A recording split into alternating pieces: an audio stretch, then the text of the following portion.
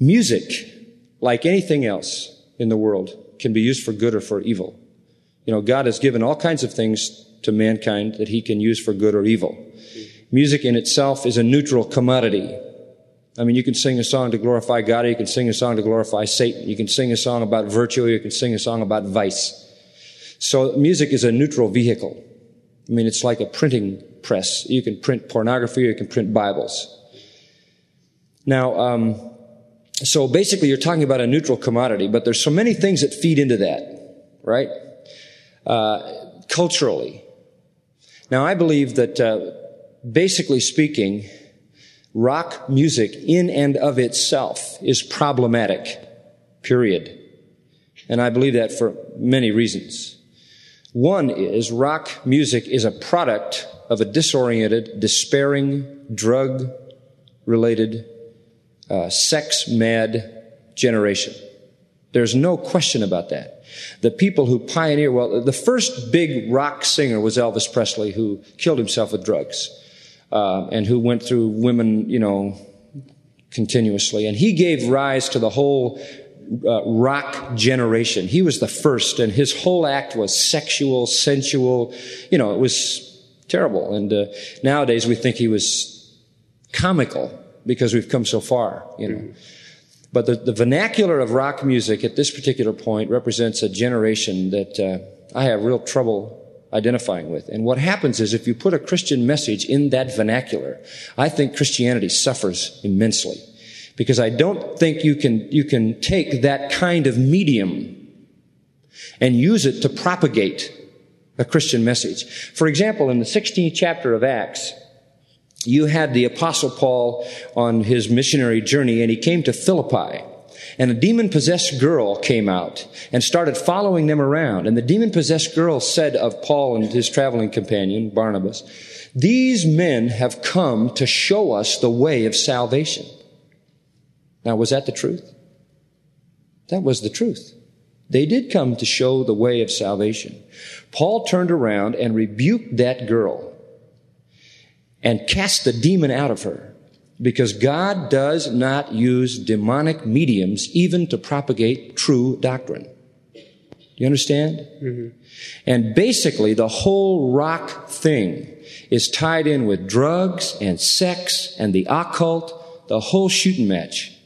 And people who come out of that scene find it very difficult to listen, say, to Christian, quote-unquote, rock without being pulled back into all that stuff that they had in their former life. Now, some people say, well, we use it as a vehicle to evangelize. Nowhere in the Bible is music ever indicated to be a source of evangelism. Music is given in the Bible as a source of praise to God.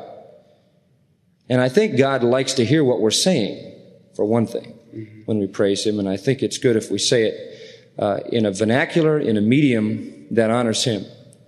Now, it may be, people say, well, now, wait a minute, because, when Wendell Lovelace, used to write all those mushy songs back in the 30s and the 40s, I'm in love, deeply in love with the lover of my soul. That's schmaltzy, stuff. I don't like that stuff. That's crummy hymnology. But people used to sing that stuff. And there's a lot of that mushy, barroom kind of schmaltz going on in Christianity today, too. But let me just say this. We're so far removed from that schmaltzy stuff that that's not as offensive today, because it's not associated with the way out fringe kind of drug culture.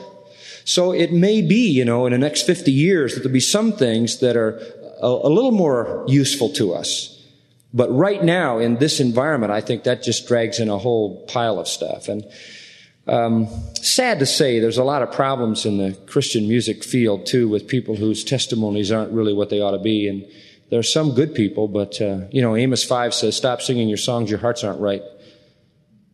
So I guess I have a problem with that vernacular. And it's very important that the words be right. I also feel that a lot of the current Christian music, not only in a rock medium, but in a lot of other mediums too, is really lousy theology. And of course, there's a lot of old hymns that are bad theology too. So you have to be very careful. I don't want to say that, now you get into the fine line of what is rock music and what isn't. I think that's a decision each individual has to make in a sense. And for the older you are, the easier that decision is. I understand that. Yeah.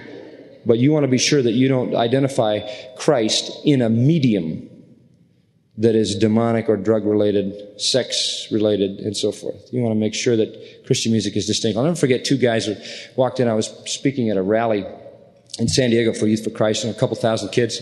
I was sitting in the back row waiting to do my thing, and there was this group up there, and I mean, they were just ripping the place up. And, I don't know what they were saying. Nobody knows what they were saying. God would only know what they were saying, But it was just, a din. And two guys walked in. I've never forgotten this. Sat down beside me. And they were pretty cool guys, just rolling in. And they had the long hair and the whole bit, and there was a bunch of kids there, and they thought they'd come in and see what was going on. They sat down and heard this stuff. And after about 10 minutes of this, the group finally stopped, and this one guy said, "Hey, man," he said, "I thought these Christians had something different. We could hear this anywhere. Let's split." And I never forgot that. They just took off. In the Old Testament, particularly, and you can compare the New as well, the word new is used more times with song than it is with any other noun.